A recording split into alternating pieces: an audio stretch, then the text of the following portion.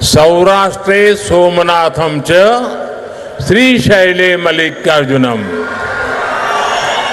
यानी 12 ज्योतिर्लिंगों में प्रथम भगवान सोमनाथ और द्वितीय भगवान मल्लिकार्जुन का नाम एक साथ आता। Welcome to ETV Prime. Srisailam మహాక్షేత్రం శైవక్షేత్రం ఓం నమ శివాయ అనేటువంటి నామస్మరణతో ఎప్పుడు మారుమ్రోగుతూ ఉంటుంది. అయితే తాజాగా ప్రధానమంత్రి గారి పర్యటనతో కర్నూలు ప్రాంతం అంతా కూడా నమో శివాయ అనేటువంటి నినాదంతో స్మరణతోటి మారుమ్రోగిపోయింది. ప్రధానమంత్రి నరేంద్ర మోడీ గారు కర్నూలు పర్యటనకు వచ్చారు.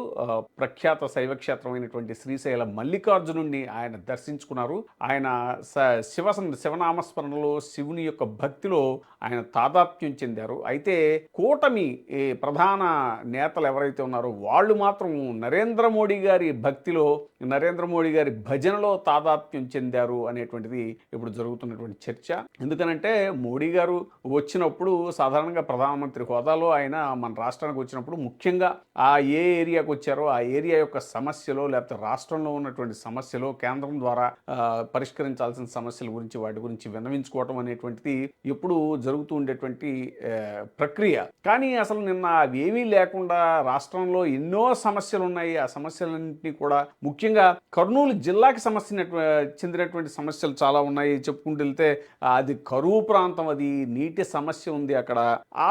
శ్రీశైలం ఆలయం, ప్రధానమంత్రి గారు మహాభక్తిపరుడు కాబట్టి ఆయన వచ్చింది ప్రత్యేకంగా శైవక్షేత్రాన్ని దర్శించారు కాబట్టి కనీసం శైవక్షేత్రాన్ని, శ్రీశైలం క్షేత్రాన్ని అభివృద్ధి చేయడానికి కేంద్రంలో ఎన్నో రకాల నిధులు ఉంటాయి, గ్రాంట్స్ ఉంటాయి. ఆలయాన్ని ఇంకా అభివృద్ధి చేయడానికి ఏదైనా ఒక గ్రాంట్ కూడా అడగలేదు. అది సరికదా, ఇంకా ఉమ్మడి కర్నూలు జిల్లాలో చాలా సమస్యలు ఉన్నాయి. నంద్యాల కల్వకుర్తి బ్రిడ్జ్ కమ్ బ్యారేజ్కి ఎప్పటి నుంచో సెంట్రల్ గవర్నమెంట్ అప్రూవల్స్ అడుగుతున్నారు. వైఎస్ఆర్సీపీ లీడర్స్ కూడా గతంలో చాలా డిమాండ్ చేశారు. ఇవేమీ ప్రస్తావించకుండా కేవలం మోడీ భజనలో తరించారు ఆ ముగ్గురు ప్రధాన నేతలు. వాళ్ళు ఎవరంటే చంద్రబాబు నాయుడు గారు, పవన్ కళ్యాణ్ గారు, ఇక నారా లోకేష్ గారు. వైసీపీని ఏమాత్రం అన్ని రకాలుగా కట్టడి చేసేటువంటి కూటమి ప్రభుత్వం ప్రధానమంత్రి గారి పర్యటన ఛాయలకు కూడా, ఆ దరిదాపులకు కూడా రానివ్వకుండా చేయాలి. ఈ మెడికల్ కాలేజీల ప్రైవేటైజేషన్ మీద, ఇంకా రకరకాల సమస్యల మీద మాట్లాడతారేమో, వాళ్ళు ఏమన్నా ప్రధానమంత్రిని కలిసే ప్రయత్నం చేస్తారేమో అని చాలా కట్టడి చేసినా కూడా చాలా సాహసోపేతంగా వైఎస్ఆర్సీపీ నాయకులు, ఎమ్మెల్యే విరూపాక్షి, అలాగే ఎమ్మెల్సీ మధుసూదన్, జెడ్పీ చైర్మన్ వీళ్ళంతా కర్నూలు ఎయిర్పోర్ట్లోనే ప్రధానమంత్రి గారిని కలిసి వినతి పత్రం ఇవ్వడం కూడా జరిగింది. కొన్ని సమస్యల మీద, స్థానిక సమస్యలు ఏవైతే ఉన్నారో వాటి మీద కూడా మాట్లాడడం జరిగింది. ముఖ్యంగా మెడికల్ కాలేజీల ప్రైవేటైజేషన్ ఏదైతే ఉందో దాన్ని ఆపాలి అని కూడా ప్రధానమంత్రికి వాళ్ళు వినతి పత్రం ఇచ్చారు. ఇంత ఇదిలో పటిష్టమైన భద్రత మధ్య కూడా వాళ్ళు ఆ చొరవ తీసుకున్నారు. హామీ ప్రకారం వాల్మీకుల్ని ఎస్టీ జాబితాలో చేర్చాలి అనేటువంటిది కూడా వాళ్ళు కోరారు. ఇది కూడా ఎప్పటి నుంచో ఉన్న డిమాండ్. ఇలా అనేక రకాల డిమాండ్లు ఉండగా అవి ఏమీ కూడా మాట్లాడకుండా కేవలం భజన మోడీ గారి భజనలో తరించారు ఆ ముగ్గురు ప్రధాన నేతలు, కూటమి ప్రధాన నేతలు అనేటువంటిది ఇప్పుడు జరుగుతున్నటువంటి చర్చ.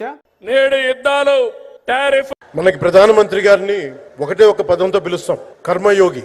ఏ ఫలితాలు ఆశించకుండా దేశ సేవే పరమావధిగా ఆలోచిస్తూ ఎలాంటి లాభాపేక్ష లేకుండా కేవలం ధర్మాన్ని పట్టుకొని డ్యూటీని, కర్మని ఏమాత్రం ఆశించకుండా చేస్తున్న అలాంటి వ్యక్తి మనం ఈ సమయంలో ఈ తరానికి వారు దిశానిర్దేశం చేసే విధంగా ప్రధానమంత్రి స్థాయిలో ఉండటం మనందరం చేసుకున్న అదృష్టం. ఇప్పుడు మన దేశాన్ని ఏకంగా సూపర్ పవర్ గా కూడా మార్చింది మన నమో. కానీ మన నమో రూటే వేరు. ఆయన కొట్టిన దెబ్బకి పాకిస్తాన్ దిమ్మ తిరిగింది. అమెరికా లాంటి దేశం ట్యాక్స్ పెంచితే పెద్ద పెద్ద దేశాలే వణికిపోయినాయి. కానీ మన నమో స్టైల్ ఏంటో తెలుసా? ఫ్లూటు జింక ముందు ఊదు, సింహం ముందర కాదు. పేద ప్రజల చిరునవ్వే మన నమోకి పండుగ. సందర్భంగా రాజకీయ పరిశీలకులందరూ కూడా ఇప్పుడు గతంలో విశాఖపట్నం ప్రధానమంత్రి మోడీ గారు వచ్చినప్పుడు, అప్పుడు జగన్మోహన్ రెడ్డి గారు సీఎంగా ఉన్నప్పుడు ఆయన ఎంత చొరవ చూపి అంత పబ్లిక్ మీటింగ్లో కూడా ప్రధానమంత్రి నరేంద్ర మోడీ గారిని అప్పటికి ఉన్నటువంటి రాష్ట్ర సమస్యలు డిమాండ్లు ఏవైతే ఉన్నాయో అవన్నీ కూడా ఏకరువు పెట్టారు. రాష్ట్ర ప్రయోజనాలు తప్ప మాకు వేరే ధ్యాసే లేదు అని ఆయన చేసినటువంటి ప్రసంగం ఇప్పుడు ఈ సందర్భంగా మళ్ళీ గుర్తుకు తెచ్చుకుంటున్నారు రాజకీయ పరిశీలకులు. తనకు తగిలిన అతిపెద్ద గాయం నుంచి మా రాష్ట్రం ఆంధ్రప్రదేశ్ ఇంకా కోలుకోలేదు సార్. మా గాయాలు మానేలా మా రాష్ట్రం జాతీయ స్రవంతితో పాటు అభివృద్ధి చెందడానికి వీలుగా మీరు సహృదయంతో విశాల హృదయంతో చేసే ప్రతి ఒక్క సహాయం, మీరు మా రాష్ట్రానికి ప్రత్యేకంగా ఇచ్చే ప్రతి సంస్థ, మీరు మా రాష్ట్రానికి అదనంగా ఇచ్చే ప్రతి రూపాయి మా రాష్ట్ర పునర్నిర్మాణానికి గొప్పగా ఉపయోగపడుతుందని ఈ సందర్భంగా మనవి చేస్తా ఉన్నాను సార్. కేంద్ర ప్రభుత్వంతో ప్రత్యేకంగా మీతో మా అనుబంధం పార్టీలకు రాజకీయాలకు అతీతం. మా రాష్ట్ర ప్రయోజనాలు తప్ప మాకు మరో ఎజెండా లేదు, ఉండబోదు సార్.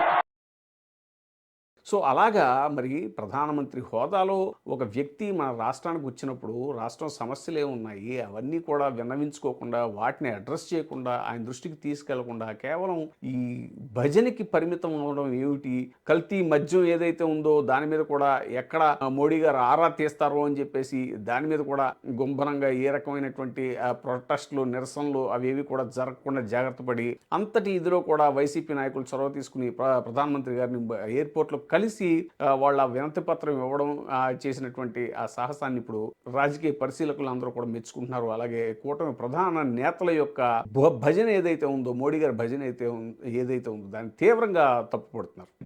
ఇప్పుడే సబ్స్క్రైబ్ చేయండి, లైక్ చేయండి, షేర్ చేయండి. VTV ప్రైమ్, మీ ఉత్తమాభిరుచుల సమ్మేళనం.